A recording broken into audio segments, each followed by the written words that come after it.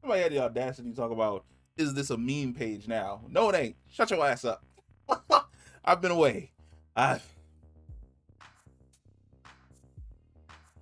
So Comic Con was last week, right? And I watched the entirety of the Marvel panel.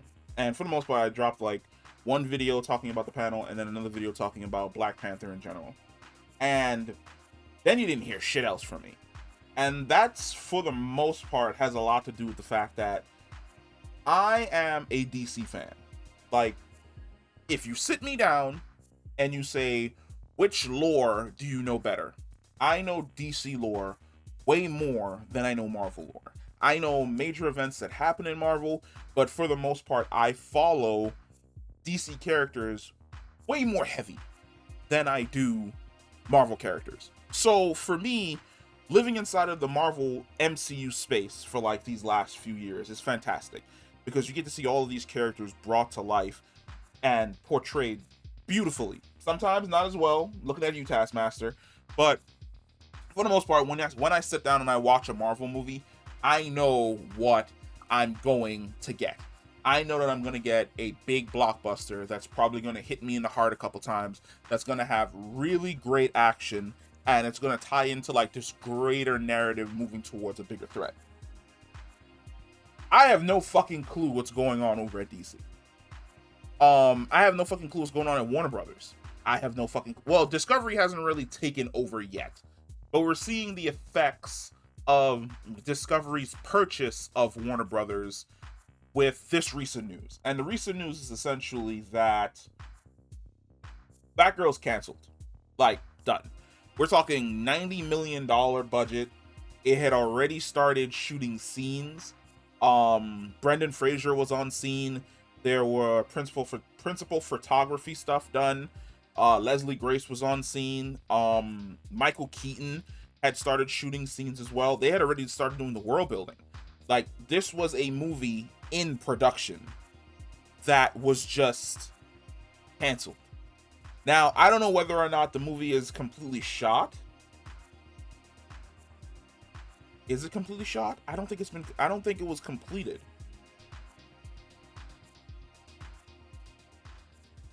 I think no. Yeah, the movie was done. The movie was done and it went to test audiences, and the test audiences were like, nah man, this show's trash. I could have told you it was trash. Because you all have no fucking clue what you're doing with DC characters in general. I don't even give a shit about like this movie.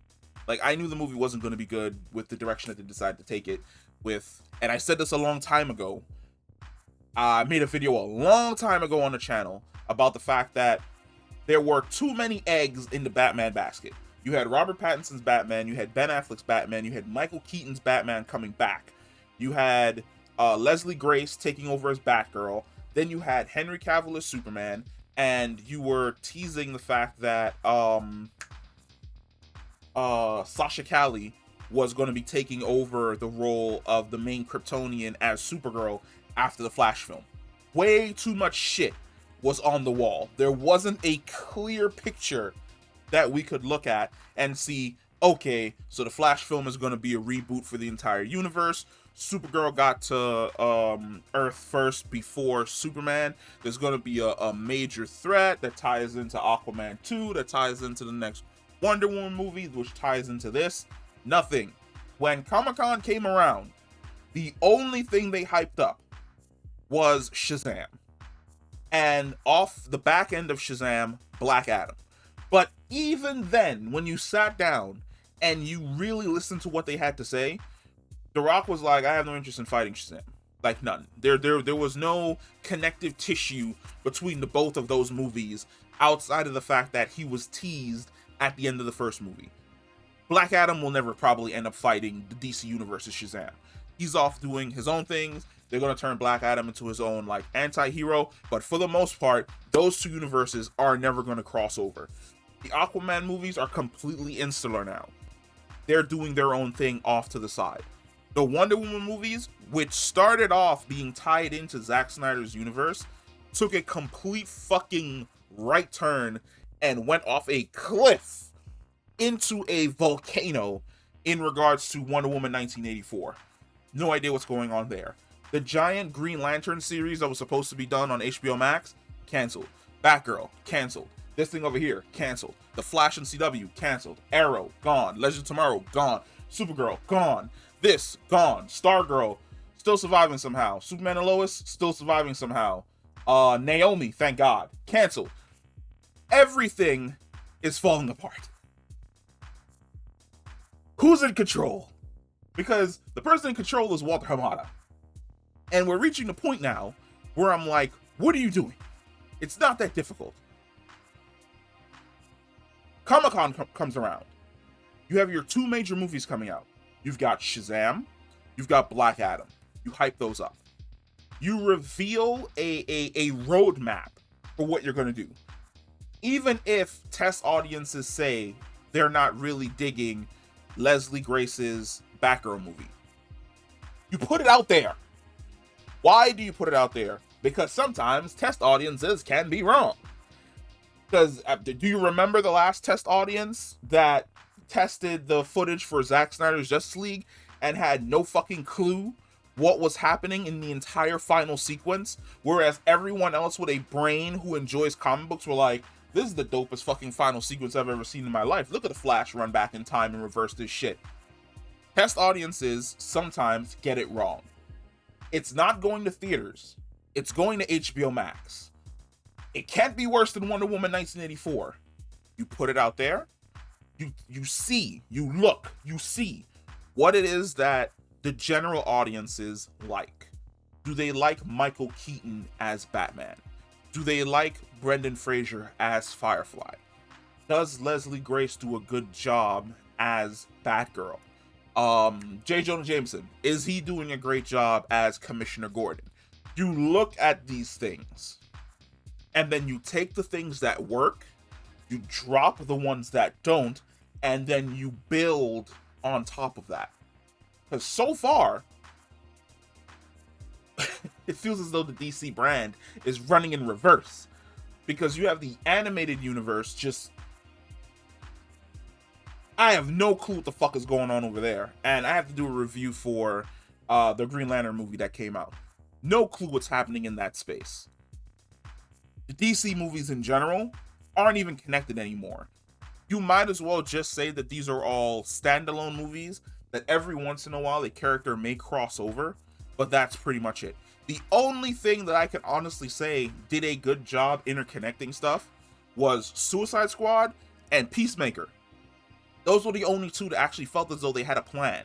You had Suicide Squad dealing with the team, going off, doing their own thing. Then you had Peacemaker coming back, dealing with an invasion, doing his own thing. Then you had the Justice League show up after the fact, and you're like, holy shit, this is exactly what would happen.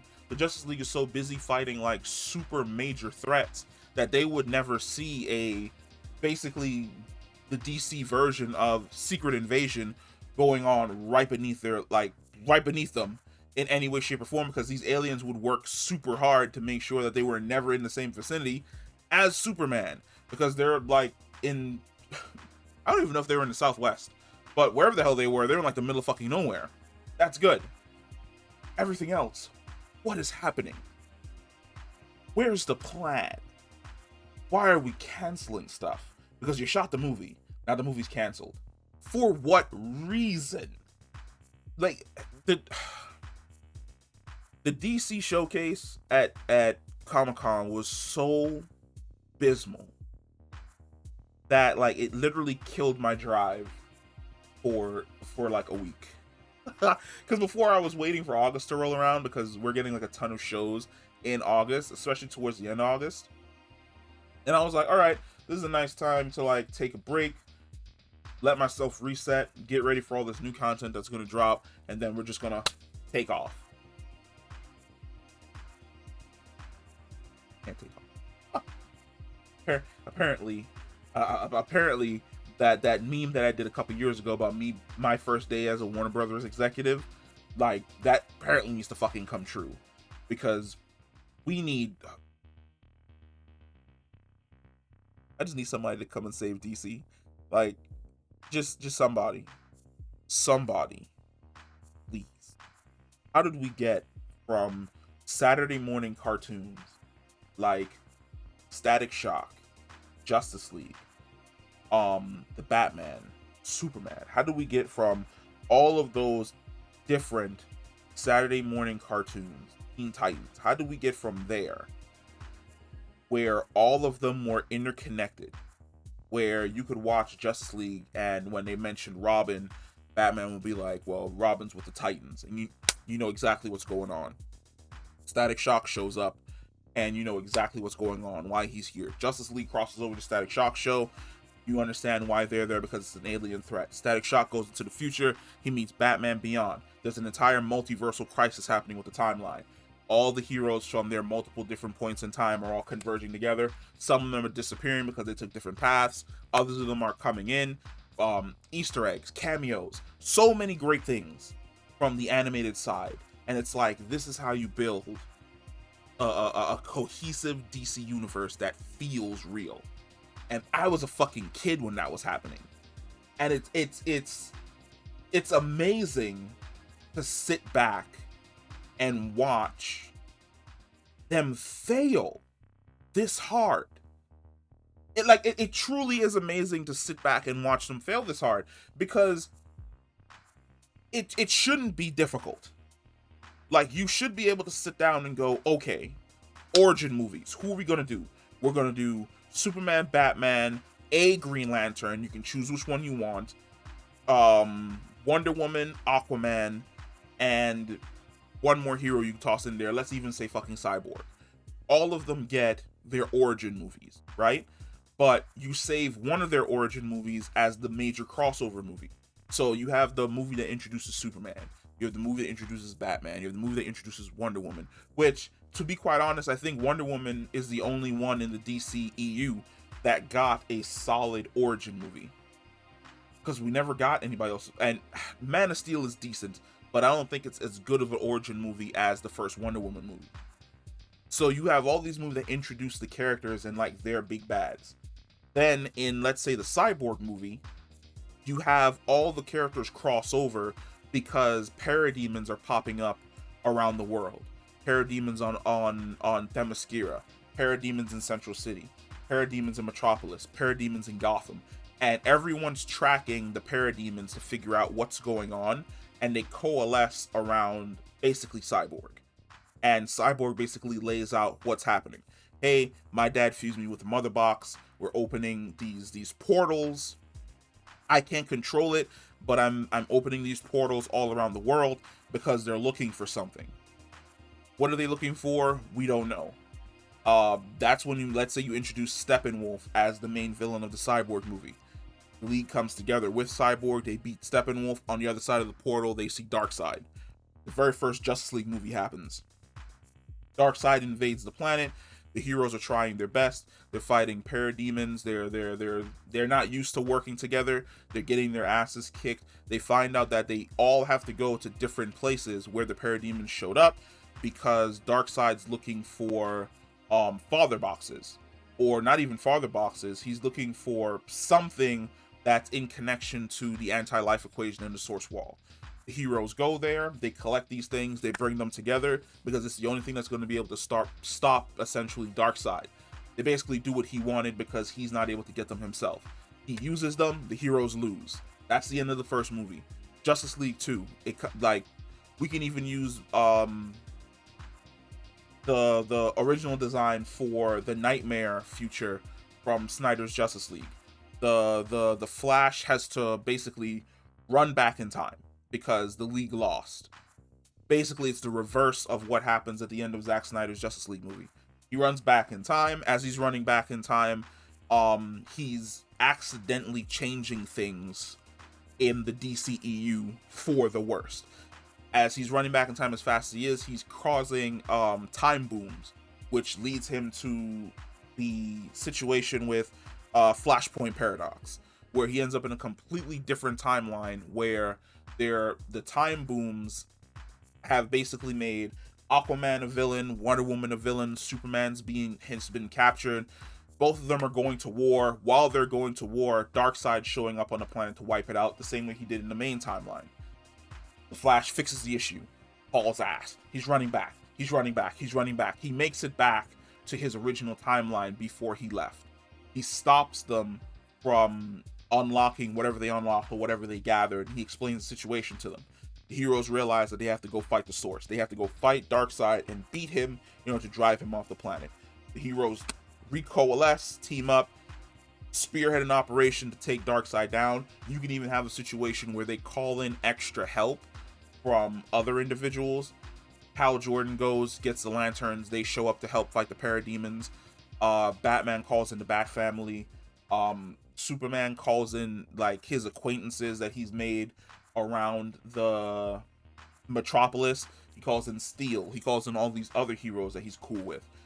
The makings of what's going to end up being the Justice League shows up, fights off Darkseid, fights off the parademons, pushes him back through the portal, sends him back to Apokolips. On his way back to Apokolips, you can make it a situation where Darkseid turns around the same way he did in the animated series, and he Omega beams someone and kills someone in front of Superman that he cares about, and that's what causes the blood beef between both him and Darkseid going forward. That's the end of like the second Justice League movie. It's a two-parter. It's an easy two-parter. Then from there, you're going into phase 2, and it's like, well, who's going to be the major villain for phase 2? Brainiac. Easy. Super simple. You have everyone do their individual movies. At the end of everyone's individual movie, their city gets captured. Or something happens in their city and it gets captured. Somebody gets taken away from them. And they're trying to figure out what's going on. And then finally, Superman's using the fortress and he discovers what's happening is there's a being known as Brainiac. And because we defeated Darkseid, he's come to evaluate the planet Earth. And he's decided to not only capture heroes, but capture cities, steal all the information from Earth, and then wipe out. I literally sat here for like 4 minutes creating like, it's not a great like phase 1 and phase 2, but creating a great fucking storyboard that anybody at DC, you are free to use this. Like, I won't even ask you for a dime. I just want to see it on the big screen. But you are free to take this shitty storyboard that I just made up in the last like 5 minutes and just put it on the big screen. And I'll watch it. And I won't even fucking complain. Like, I would rather see my vision come to life before me, played out with live actors on the big screen, than I would watch you all fuck this brand into the ground more than you have. Like, I'm so fucking mad. I'm so fucking mad. Like, I'm so mad that I'm fucking laughing. Like, this is how I gotta go, like, I gotta go walk, step outside, just smell some fresh air, because yo, oh my god. I'm gonna catch y'all on the next one. All right, peace.